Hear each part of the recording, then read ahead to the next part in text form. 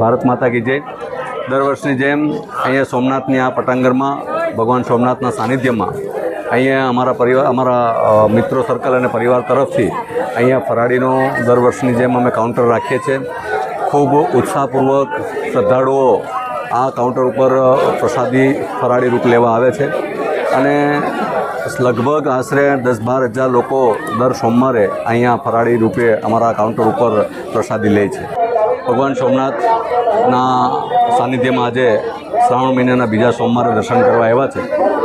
આમ તો હું દર સોમવારે મિત્રો પરિવાર સાથે દર્શન કરવા આવીએ જ છે. દેવોના દેવ સોમનાથ એવા પ્રથમ જ્યોતિર્લિંગ એવા ભગવાન સોમનાથના સાનિધ્યમાં આજે પ્રાર્થના કરી, પૂજા કરી, આ વિસ્તારના, આ રાજ્યના અને આ રાષ્ટ્રના કલ્યાણ માટે પ્રાર્થના કરી, ખેડૂતોના હિત માટેની પ્રાર્થના કરી, આ વિસ્તારના દરેક લોકો માટે પ્રાર્થના કરી છે. અને ખાસ કરીને અમારા આદરણીય પ્રધાનમંત્રી મોદી સાહેબે જે 2047માં વિકસિત ભારતનો જે સંકલ્પ લીધો છે એ સંકલ્પમાં આદરણીય પ્રધાનમંત્રી મોદી સાહેબ ચરિતાર્થ થાય એવા ભગવાન સોમનાથ પાસે પ્રાર્થના કરી છે. ભગવાન સોમનાથ અમારા આદરણીય પ્રધાનમંત્રી મોદી સાહેબને દીર્ઘાયુષ્ય આપે, એમનું આરોગ્ય કાયમી માટે સારું રાખે અને કાયમી માટે આ રાષ્ટ્રની સેવા કરતા રહે એવી પ્રાર્થના કરી છે. આ વિસ્તારનું ખૂબ વિકાસ થાય એવી પણ અમે મહેનત કરશું અને આ વિસ્તાર માટે જેટલું બી શક્ય હશે એટલું કામ અમે કરશું. જય સોમનાથ.